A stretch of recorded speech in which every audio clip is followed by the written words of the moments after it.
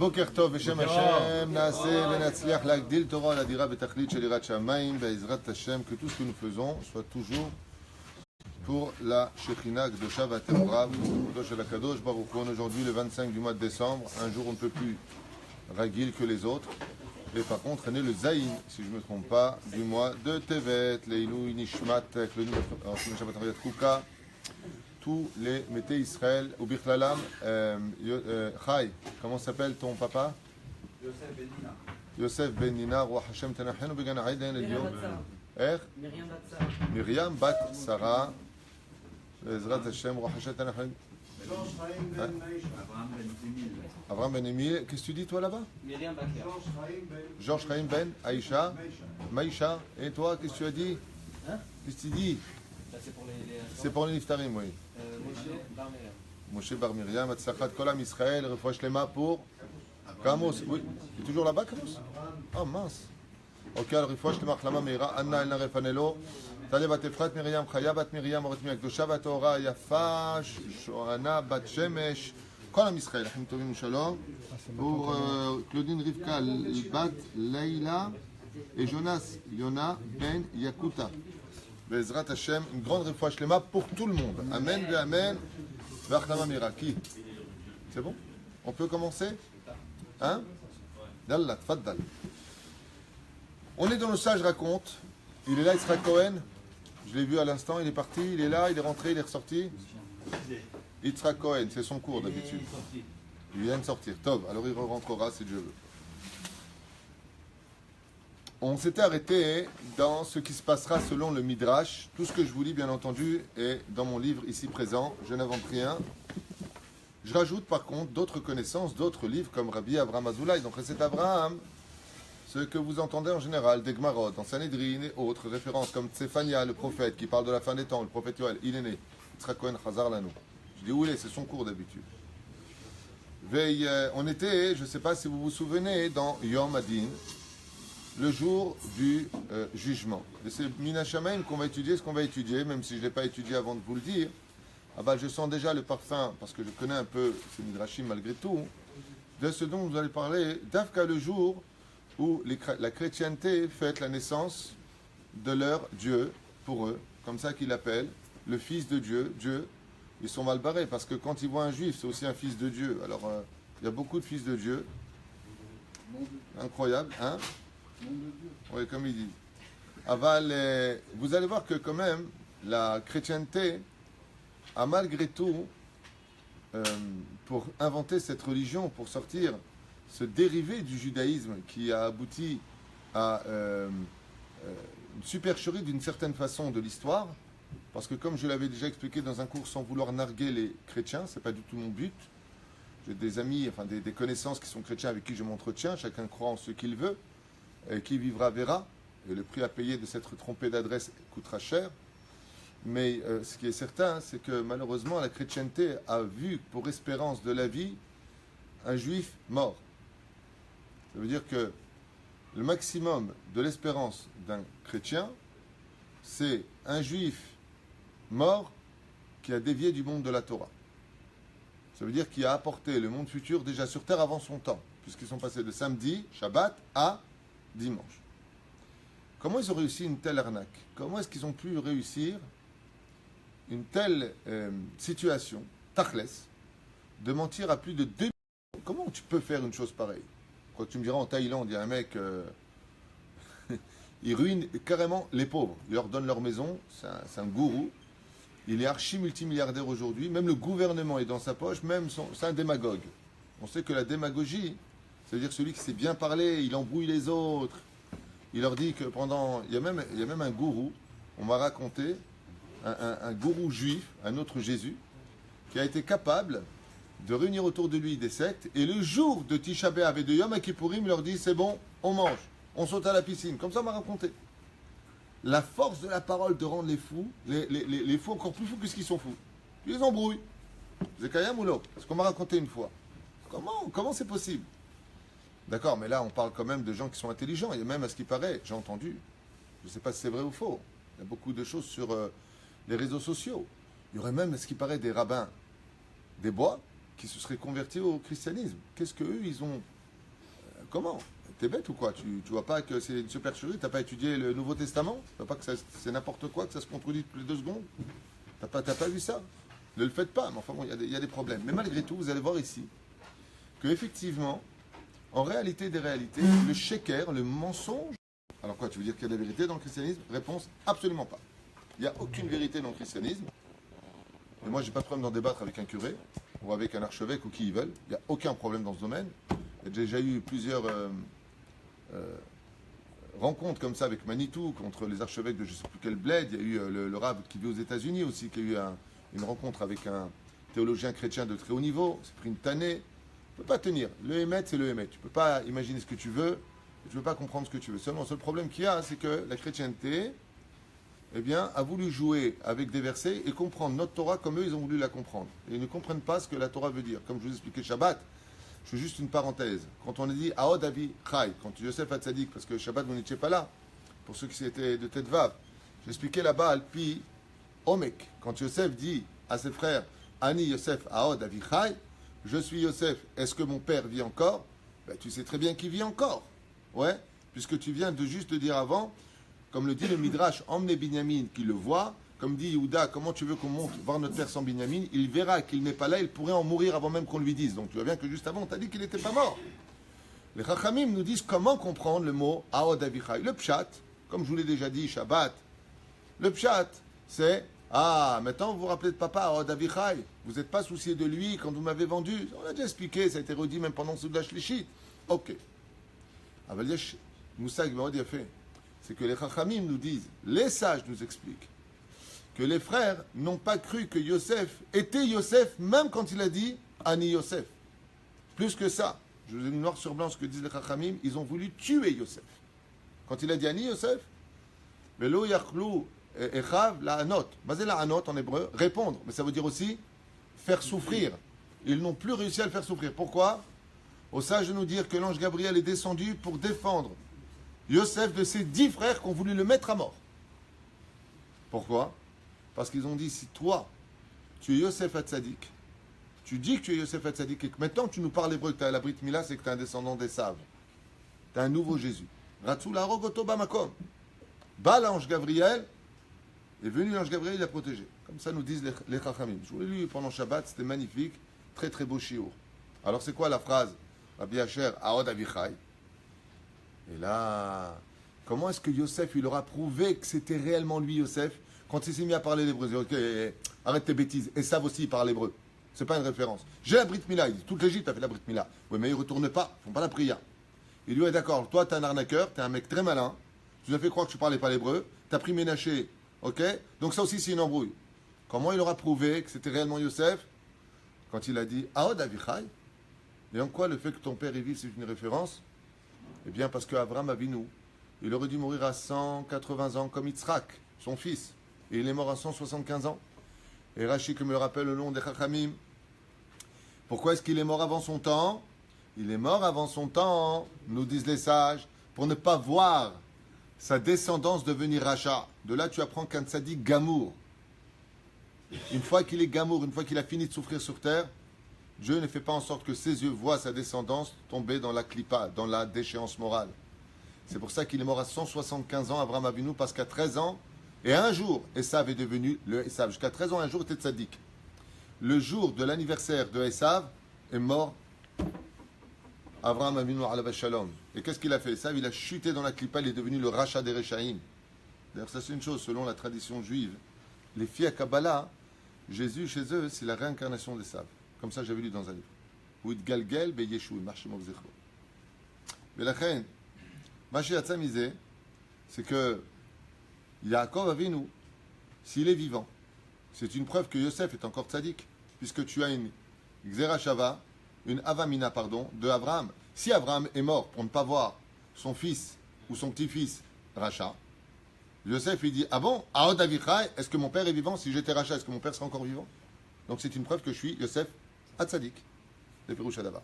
Pour comprendre ça, il faut faire partie des gens qui étudient le Talmud, des gens qui étudient la profondeur de la Torah. Il faut avoir une âme juive pour comprendre la vraie parole de la Torah. Sachez-le, ce n'est pas une blague, je ne plaisante pas avec ça. quelqu'un qui étudie la Torah, qui n'a pas la Brit Mila et qui n'a pas l'âme juive pour comprendre les secrets de la Torah, en aucun cas il peut s'en sortir. Il ressemble à quelqu'un qui mange l'épluchure d'un fruit et qui dit j'adore ce fruit. Tu n'as que l'épluchure du fruit, tu n'as que les textes extérieurs. Mais la complexité de l'intérieur, c'est la Gdusha du peuple d'Israël qui la comprend. Nous sommes le peuple du livre. Ou je dirais plutôt, nous sommes le livre du peuple. Tov lo meshane.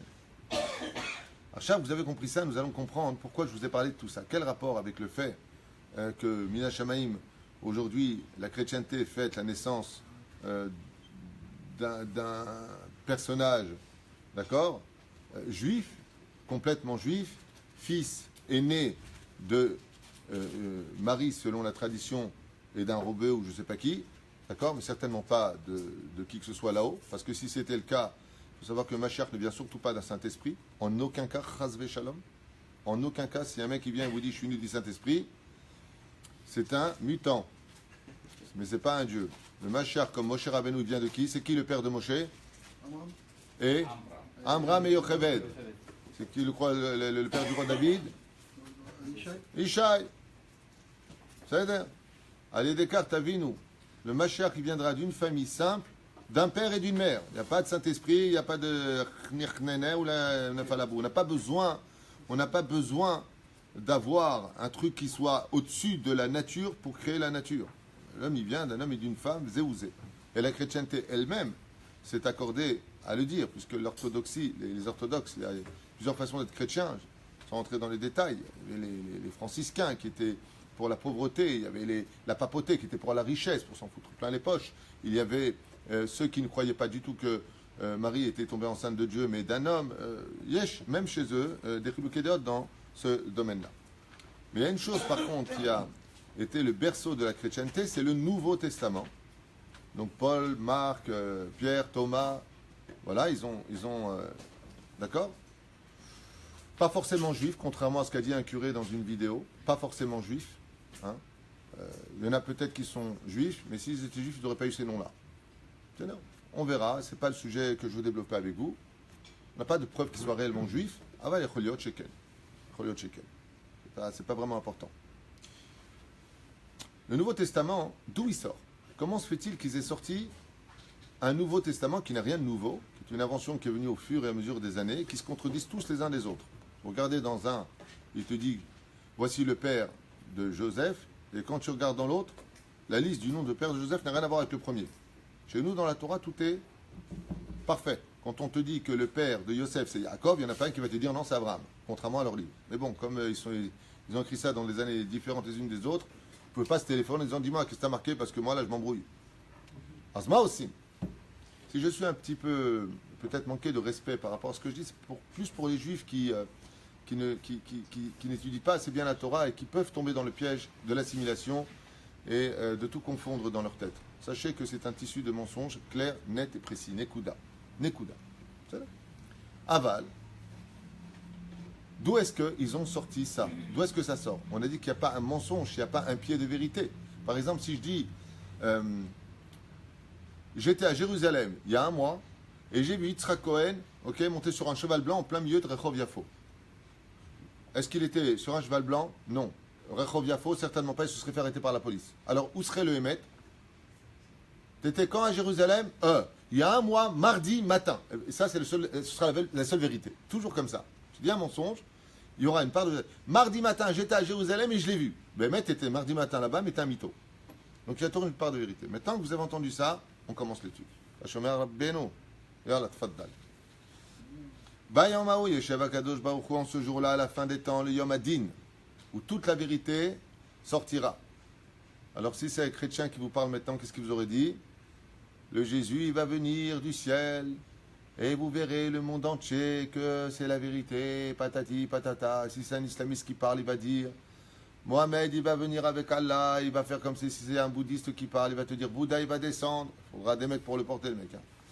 Et il va descendre, il va venir, et si c'est un mec d'une secte du soleil, le soleil, il va venir, il va te cramer ta tronche, et si c'est... Et nous, le peuple d'Israël, le peuple de l'origine duquel sont sorties toutes les autres religions, beaucoup plus tard, des copies falsifiées, soyez fiers d'être juifs et soyez confiants de votre Torah, chers amis, ne vous assimilez pas, soyez fiers de ce que vous êtes. Même devant les fours crématoires, nos grands-parents sont rentrés fiers d'être juifs. Ne l'oubliez jamais. Ils se sont battus. Les pogroms, les maranes, l'Inquisition. Quand l'islam au Maroc avait décidé de convertir les juifs, 6000 juifs, ils ont préféré se tuer que de se convertir. Même si le Rambam dans Moreh Nevuchim, il repelle ça avec le vieux qui avait dit il est préférable de faire semblant parce que c'est pas Vodazara, tout ce que tu veux. Combien, comme Chana et Shiva Banea, combien de juifs sont morts de Kiddush Hashem? Ne vous vendez pas vos âmes pour si peu d'amour. Parce qu'il y en a un des nations du monde qui vous dit t'es belle. Ne vends pas ton âme. Ne jette pas ton olam haba si facilement. Tu ne sais pas de quoi tu parles et tu ne sais pas combien tu perds. Sois fier d'être juif. Et n'oublie pas une chose. N'oublie pas une chose. Yazov ish et aviv et imo veidabek beishto veiyu le basar echad. Un homme, quand il veut devenir indépendant, il doit quitter son père et sa mère. Qui est la mère du peuple d'Israël? L'Égypte. Quitte l'Égypte. Quitte le monde de l'assimilation. Quitte le monde de la galoute. Et donc, si l'homme qui est né Adam, une question pour un champion, dites-moi le nekeva, dites-moi le féminin de ce que je veux dire. Ish, Isha, Adam, Adama. C'est un enseignement du Rav Uri Cherki. Hashem Ishmuru v'Hayeu. La femme du peuple d'Israël, c'est nous on est Adam. Alors notre femme c'est qui? C'est Adama. Reviens sur ta terre, remarie-toi avec ton peuple. Prends une Tunisienne, une Marocaine, une Algérienne, une Libyenne, ce que tu veux de son origine, on s'en fiche. Prends une Bat Israël, marie-toi avec. Sois fier d'être juif. Pose bien tes mezuzot, embrasse-les bien le matin. Et souviens-toi d'une chose. Tous les autres auraient rêvé d'être Israël et d'avoir notre pays. Toi, tu es né dedans. Alors, deviens maintenant indépendant. Sois plus fort que ton Yetzera. Virota Verabotai. Vous êtes prêts?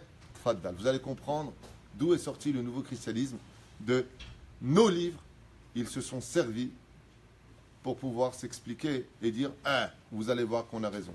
Et vous allez entendre la vraie explication juive de cette arnaque internationale du Nouveau Testament qui est basée ici, dans les Écritures juives de nos Chachamim. Vous allez entendre. Magnifique. C'est une phrase, hein, mais cette phrase, il faut savoir l'analyser. Après, je vous poserai les questions. Ah, Began Eden al-Kisei Kevodo, le créateur du monde, quand le Mashiach va se montrer, il va dire Pikadbo, maintenant vous allez savoir la vérité, que tout ça c'était de l'arnaque. Am Israël Chai Vekayam. Hashemesh Mimino Vayareach Mismolo Vakochavim Mismolo. Et le créateur du monde, comme accompagné par les constellations, mettra le soleil à sa droite, la lune et les étoiles à sa gauche. Est-ce que ça veut dire exactement ça? Pshat, c'est le pshat, mais il y a beaucoup de secrets dans tout ça, bien sûr. Zerubbabel ben Shaltiel viendra un très très très grand sadique du nom de Zerubbabel ben Shaltiel, Lefana vechol apamalia shel malas vivo, et tous les anges du monde dont on verra de nos propres yeux, on sera capable enfin, non pas d'être soumis comme la religion islamique le veut, se soumettre, non pas comme la religion chrétienne, être au-dessus. Vous avez remarqué ça? Dans la religion chrétienne, ils sont au-dessus, ils comprennent Dieu, mais ils disent qu'ils ne le comprennent pas. Ils le mettent à leur. C'est eux qui fabriquent leur Dieu, la croix. Am Israël, où est-ce qu'on est, nous? Panim el panim. Quand on lui dit dans le Shalosh Regalim, on vient les fanav, panav. Am Israël, on est debout dans la Mida, on est en face d'Hachem. Le but de notre Torah, c'est d'arriver à être en face d'Hachem. Parce que Dieu, il veut quoi? Il veut le dialogue. Quand tu dialogues avec quelqu'un, c'est pas joli que toi, tu es en bas et lui, il est en haut. Quand quelqu'un vient te parler, t'es assis, qu'est-ce que tu fais? Tu te lèves. Nous, on parle avec Hachem, donc on se tient debout. Même dans la prière. Mais surtout dans la prière. Dieu, il veut pas que tu te soumettes parce que tu dois te soumettre par un principe de vie. Dieu veut que tu te soumettes parce que tu as compris combien tu n'étais rien face à ce qu'il est, lui. Je ne me soumets pas parce que, bon, voilà, on va se soumettre. Allez, arrête, je vais te faire plaisir. Dieu veut le cœur de l'homme. Il ne veut pas que tu jeûnes parce que tu es au régime ou parce que tu as envie de, bon, allez, tu sais quoi, je vais jeûner demain. C'est quoi le truc? Non. Il veut que tu jeûnes parce que tu veux. Mi'alev shelcha. Dieu, il n'a pas besoin de nous tachles. Il a des anges, il a existé avant, il existera après. Il veut Hachem. C'est comme un père avec un fils. Tu viens avec moi, j'ai besoin de toi. Papa, c'est pas parce que tu as besoin de moi que je veux venir. Je veux être près de toi. Et là où tu seras, je veux être. Qu'est-ce que vous préférez? La deuxième ou la première version? Quand ton fils il vient, il te dit, ah bah, je veux aller là où tu vas. Je veux être avec toi. Le père, il est content, c'est ce qu'il veut Hachem. Alors, si tu ne comprends pas un moment, il y aura Midatadin, c'est sûr. Ah bah, le Tachles. Tavo Elai Be'ahava. Viens vers moi avec ton cœur. Choisis. Tu vois, tu allumes la lumière Shabbat, tu ne vas pas mourir. Il ne va rien t'arriver. Pour l'instant. Il ne va rien t'arriver. Pourquoi? Parce qu'Hachem ne veut pas te voler ton libre arbitre. Mais si tu ne touches pas la lumière et que personne t'en empêche, c'est parce que tu as choisi. Et c'est ce que veut Hachem. Choisis. Viens en face de moi. Panim el panim. Face à face. Ça, c'est Am Israël. Nous sommes le seul peuple qui n'hésitons pas à dire Dibarti im Hachem. Je parle avec Hachem. Ça veut dire que les autres nations ne parlent pas avec Hachem. C'est pas ça que je suis en train de dire. Eux aussi, ils parlent.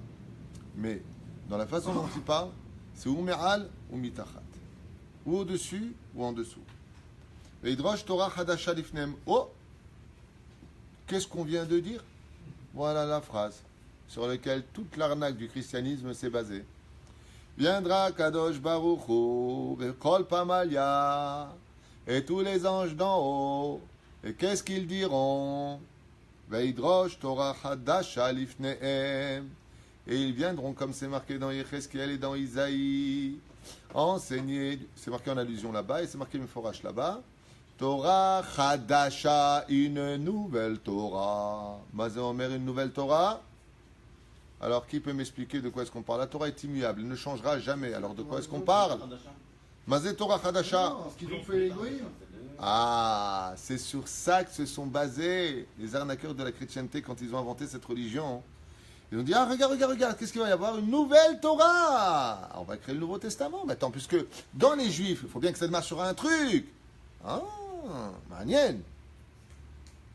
Bon, Tachles, bien on essaie d'expliquer quand même. C'est quoi cette Torah Hadasha? Alors les chrétiens, qu'est-ce qu'ils disent? Ah, tu vois? C'est bien marqué, hein? Regardez bien, je comprends l'hébreu. Yavo l'hydrosh Torah Hadasha l'ifnehem devant eux. Regardez, je vous ai parlé de panim et de panim, devant eux. Eh ben voilà. Est venu l'autre. Qu'est-ce qu'il a dit?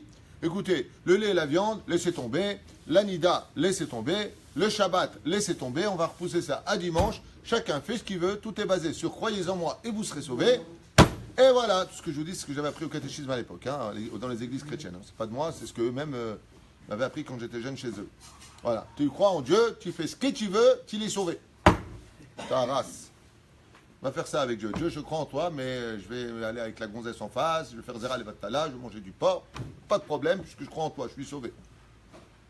Croire, c'est être fidèle. C'est pour ça qu'en français, c'est une blague.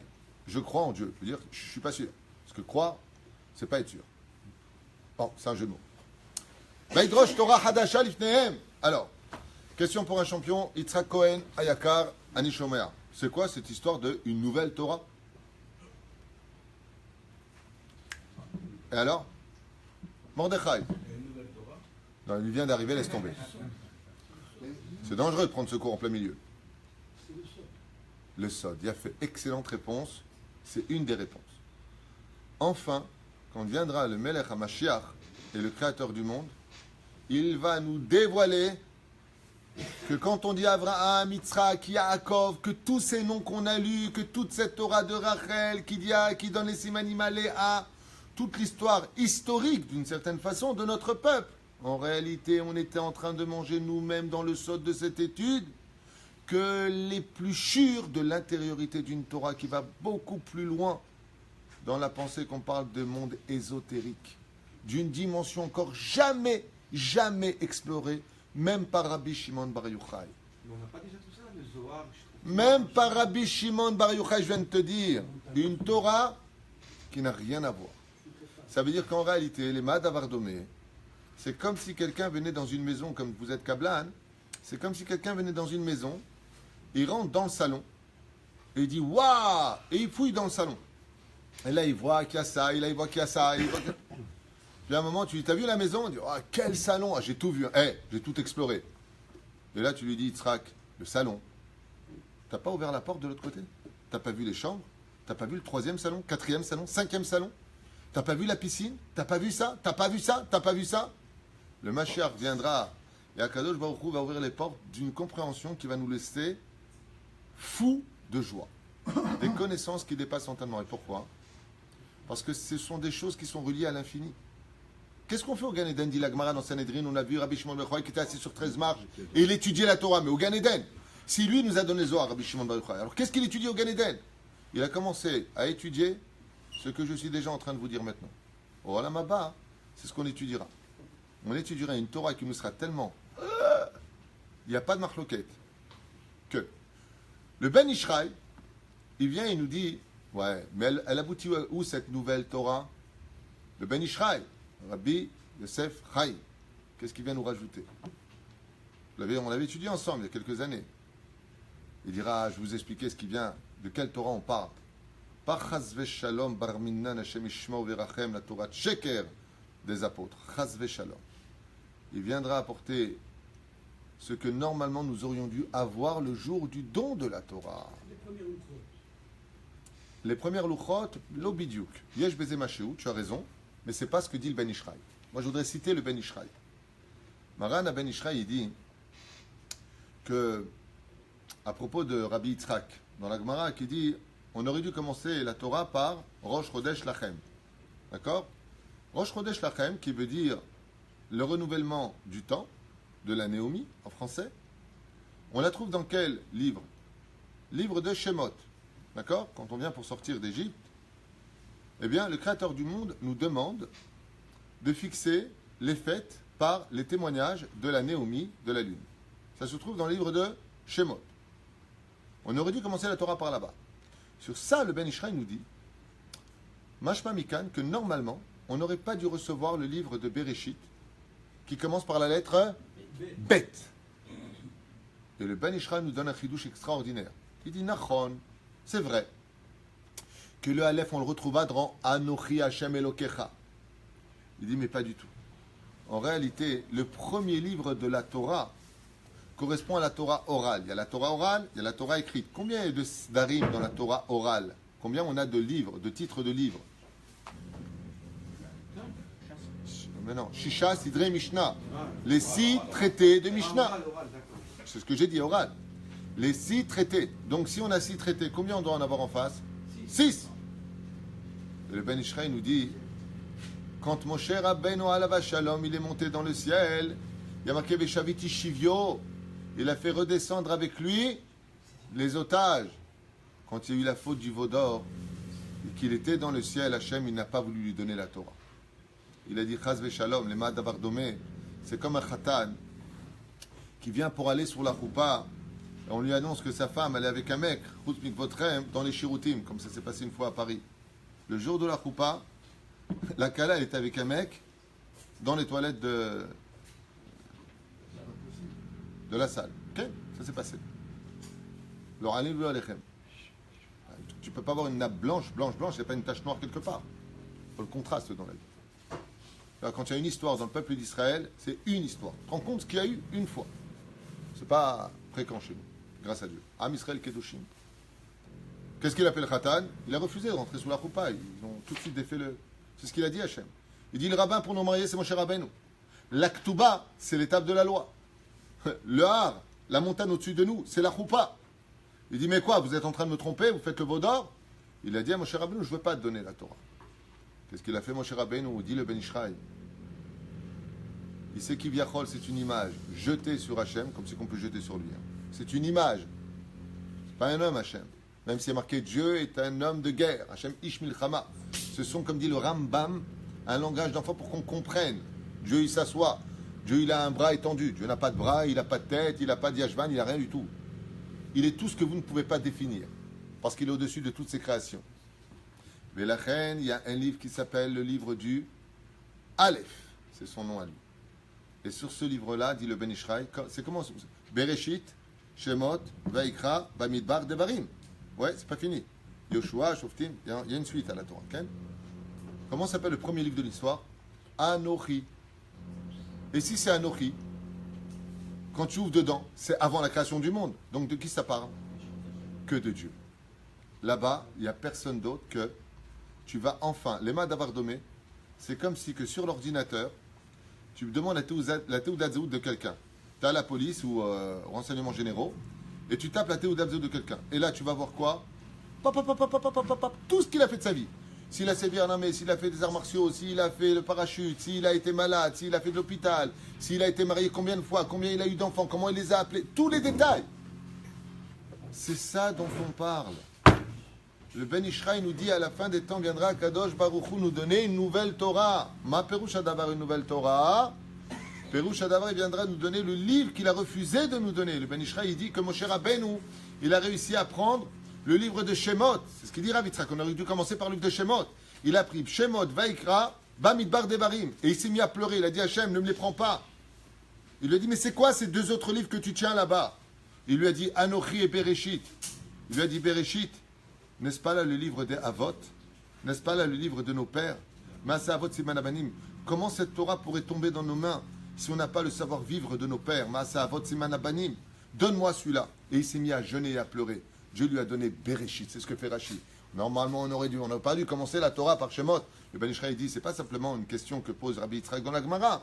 Et la Perouche Adavar que normalement, même le livre de Bereshit, on n'aurait pas dû le posséder. Mais Moshe Rabbeinu, par ses larmes, il a réussi à convaincre Hachem en disant de grâce. Laisse-nous dans les mains le début de notre histoire. Dieu lui a dit alors prends la lettre bête, Bereshit. Shielachem bracha. Aval tarzuru beshuva. Aval, pour moi, je resterai maintenant caché dans l'histoire. Vous ne me connaîtrez jamais. Je reste à l'extérieur. Mais quand viendra le jour du dévoilement divin, Allah, tfaddal. Alors je viendrai et vous connaîtrez enfin qui je suis, moi. Sans Abraham, sans Yitzhak, sans Yaakov, sans tout ça. Moi, moi-même. Et je vivrai parmi vous. Zéomer Akadosh Baruch Hu. Troisième explication. Arrête la Torah que nous avons eue. Elle s'est développée. Arrête, comment tu peux comprendre une Torah Hadasha, Yablid? Je vais t'expliquer comment. Enfin, je vais t'expliquer. Moi, j'ai rien expliqué. Moi, je suis pas du tout ni érudit, ni intelligent. Je vous ai juste transmis ce que j'ai appris. Non, allez, va, amen, amen, amen. Non, parce que, en plus, si tu dis un jour à quelqu'un, je suis un grand ami Tracham, j'ai tout étudié, tu n'as plus rien à faire sur Terre, on me fait le cougina. Alors, laisse-moi être ce que je suis et je suis tranquille. Non, mais c'est vrai. La reine, troisième explication qui vaut de l'or. Arrête, je ne comprends pas une chose. La force de Dieu, elle est tellement forte et unique. Béhémet, quand on dit Dieu est grand, c'est ridicule. Quand on dit que Dieu est infini, le mot infini vient définir que l'infini peut être défini par ma compréhension. Imagine que le créateur du monde, il te laisse faire ce que toi tu as envie de faire, et que ce que toi tu as envie de faire avec ton libre arbitre, il est capable de surfer dessus pour arriver à une Torah d'infini. Je m'explique clairement dans ce que je viens de dire parce que ça ne veut rien dire. Même si ça veut tout dire. Dieu, qu'est-ce qu'il a fait?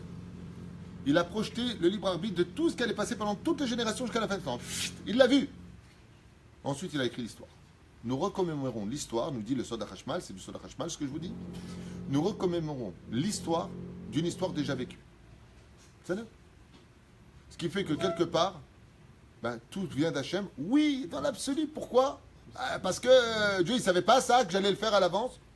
S'il savait où est ton libre arbitre, réponse très simple. C'est quand un père qui connaît tellement bien son fils, il le connaît tellement par cœur, il dit regarde, je vais lui demander un truc, regarde exactement ce qu'il va faire. Il va passer, il va faire tomber le manteau sur la chaise. Il va arriver là-bas, il va se tromper de verre. Il va prendre le verre rouge. Il va faire ça, il va faire ça, il va faire ça, il va faire ça. L'autre, il vient, il lui dit regarde maintenant, chérie, tu peux me donner un verre d'eau? Il passe, comme d'habitude, il fait tomber la veste. Il arrive là-bas, il regarde tous les verres, il est daltonien, il prend le rouge. Il fait ça. Bidiouk ce qu'il a dit. Il va mettre 2 glaçons. Je dis waouh, t'es trop fort. Je dis, non, je le connais. Je sais ce qu'il allait faire. Parce qu'on peut surprendre Dieu. Bien. Oui. Oui. La seule fois où on peut surprendre Dieu, c'est quand Dieu est capable de dire Nitzruni Banai Nitzruni. C'est quand on est capable de battre Hachem, parce qu'on peut battre Dieu, parce qu'on est face à face. Donc un bras de fer, ça peut marcher. Et la plus belle chose qu'on puisse offrir à Hachem, c'est d'être capable de défaire un décret. C'est pour ça que Dieu dit allez, vaille, que Tzadik Gozer Vani Mekayem. Allez, vaille, puisque nous, on n'est pas soumis à Dieu, on n'est pas au-dessus de Dieu, on est en face d'Hachem. Quand on rentre dans une bête à Knesset, on appelle ça la maison du juif. C'est le temple de Dieu. Non, on est chez nous. Mais quand on est chez nous, il faut comprendre que, d'ailleurs, c'est marqué, quand tu rentres dans une bête à Knesset comme marque nos frères Ashkenazim, Da lifnemi ata omed.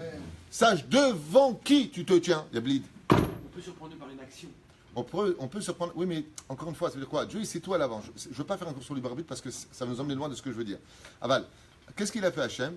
Il a vu la faute originelle bien avant de créer le monde, bien entendu, puisqu'il a créé la tchouva avant d'avoir écrit la Torah. Donc, il a créé le médicament avant même qu'on soit malade, de tomber dans la clipa. Ce qui est très intéressant, c'est que Baruch Hashem Ishtabar Shemolahad, Boré Olam, il a vu tout ce qu'on allait faire. Et il nous a donné une Torah qui est en fin de compte le médicament de 6000 ans d'histoire. Vous ne mangerez pas de porc, vous ne ferez pas ceci, vous ne ferez pas cela. Mais pourquoi tu ne manges pas du porc? Il dit parce que dans le porc, il y a une clipa qui est tellement lourde que si tu la manges, tu ne peux pas l'élever, c'est toi qui vas tomber dedans. C'est-à-dire que tu manges du porc, tu deviens du porc. Tu es un porc, en d'autres termes. C'est ça? La reine, quand viendra maintenant le tikkun final, quand viendra notre cher et tendre ami Zerubbabel ben Shaltiel, et qui dira le grand Kaddish, le fameux Kaddish dont on a parlé hier soir, le grand Kaddish, et toutes les âmes vont hurler de joie, Amen, Shemerabba, le nom de Dieu sera enfin réparé. Amen. Bah alors la Torah qu'on a jusqu'à maintenant, c'est quoi? Le Rabbeinu où il dit, tu as 3 fêtes, Shalosh Regalim, qu'est-ce qu'ils viennent réparer? Ta'avat Mamon, Ta'avat Mishgal, Ta'avat Achila. Tu as 3 tikkunim, tu viens réparer l'amour de l'argent, l'amour des femmes et l'amour de Naïna. Qu'est-ce qu'on mange par rapport à ce qu'il nous faut? Shalosh Regalim, chaque fête vient réparer un des 3. D'accord? Vient réparer par rapport à quoi? À la faute du Etz Hadat, de la connaissance du bien et du mal qu'on a mangé dans l'origine de la faute avec Adam et Ève. Mais d'accord, mais à la fin des temps, c'est fini ça. Il y a un moment, il faut s'arrêter. 6000 ans d'histoire. Non, il y a un problème. C'est-à-dire que si les 6000 ans d'histoire maintenant, ça y est, tout est réparé, alors il va falloir changer l'origine de nos fêtes. Et c'est ce qu'a fait la chrétienté. Elle s'est servie de tout ça pour leur époque à eux. Donc ils sont obligés de dire que lui c'était le Machar et qu'il est le fils de Dieu. Et que lui c'est Dieu, mais c'est le fils de Dieu, mais c'est pas Dieu. C'est le Saint-Esprit qui est en lui, qui. Qu'est-ce que tu racontes toi? Il dit non, je t'explique. Voilà, on a apporté une nouvelle Torah. Maintenant on peut falsifier la Torah. Mais pas du tout. Pas du tout. Est-ce qu'on a Dieu aujourd'hui? Quand tu auras ça, qu'est-ce qui a marqué? Il n'y aura plus de guerre dans le monde. Depuis qu'est venu Jésus, il n'y a plus de guerre dans le monde. Eux-mêmes les ont fait. Donc tu vois bien que ce que tu racontes, c'est n'importe quoi. Arrête de tomber dans les délires. Mais la reine, à ce moment-là, d'ailleurs, quand viendra Hachem, qu'est-ce qui se passera avec la lune? Elle sera aussi brillante que le soleil. Shivatay mafilou, même beaucoup plus que le soleil. Et la reine, omrim lanoupo, bidrosh Torah hadasha lifnehem, et nous aurons maintenant une nouvelle Torah. Mais c'est cette nouvelle Torah, 3 explications que je vous ai données. Et la troisième, elle est très belle. Il dit une nouvelle Torah. Ben vas-y, une nouvelle Torah, pourquoi? Parce qu'on sera tous au niveau de Adam Arishon avant la faute. Et avant la faute, c'est plus bien entendu la même Torah. Et elle n'est pas dépendante de la Emouna. Croyez en moi et vous serez sauvés n'importe où. Pas du tout. Tu n'as plus besoin de croire en Hachem à cette époque. Parce que Hachem, il sera omniprésent. Il sera présent, il n'y aura même plus besoin de Rav. Il n'y aura plus besoin de guide. Il n'y aura pas de Moshe, Memna, Raya, Memna. Il n'y aura plus besoin de tout ça. Et pourquoi il n'y a plus besoin de tout ça? Parce que c'est Hachem lui-même qui te parlera. Il n'y aura plus de faute sur terre. Le Yitzhak sera mis en laisse. Plus de prostitution, plus de drogue, plus de problèmes d'éducation. Plus que ça, les Chachamim nous disent, quand tu auras Mashiach, tu concevras la nuit, le lendemain, tu accoucheras et l'enfant s'éduquera lui-même, puisque les tikkunim des 10 malédictions disparaîtront. C'est une question de temps, c'est sûr. Mais le temps, hein, pas 2000 ans d'histoire. Des pérouches. Ken. Est-ce que Hachem, il attend quelque chose d'incroyable que le peuple fait pour avancer les choses? Il manque une seule chose. Aujourd'hui, on a tous les ingrédients pour amener le vrai Mashiach, la Géoula, de mettre un terme à tout ce que nous vivons comme problème et d'arriver à quelque chose de beaucoup plus grand. Il attend 2 choses.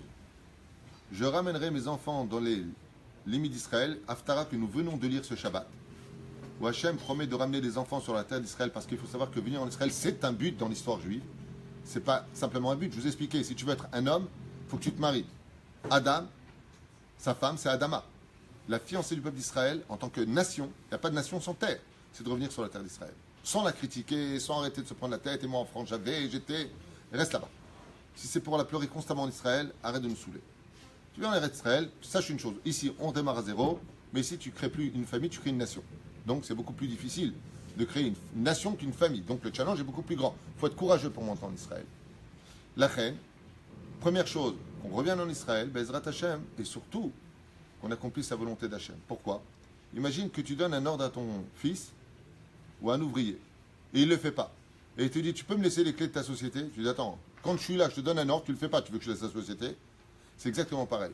Comment tu veux qu'Hachem, il se dévoile à nous, il nous donne ce dont nous avons besoin? Ouais. Si de l'autre côté, on n'est même pas capable de faire ce qu'il nous a dit, faire Shabbat, ne pas manger de la viande, pas faire le shtouyot. D'abord, on est capable d'écouter ce que nous a dit Hachem, et après, on sera capable de passer à un échelon supérieur. Si tu veux être général, il faut d'abord que tu passes par le shlav de colonel.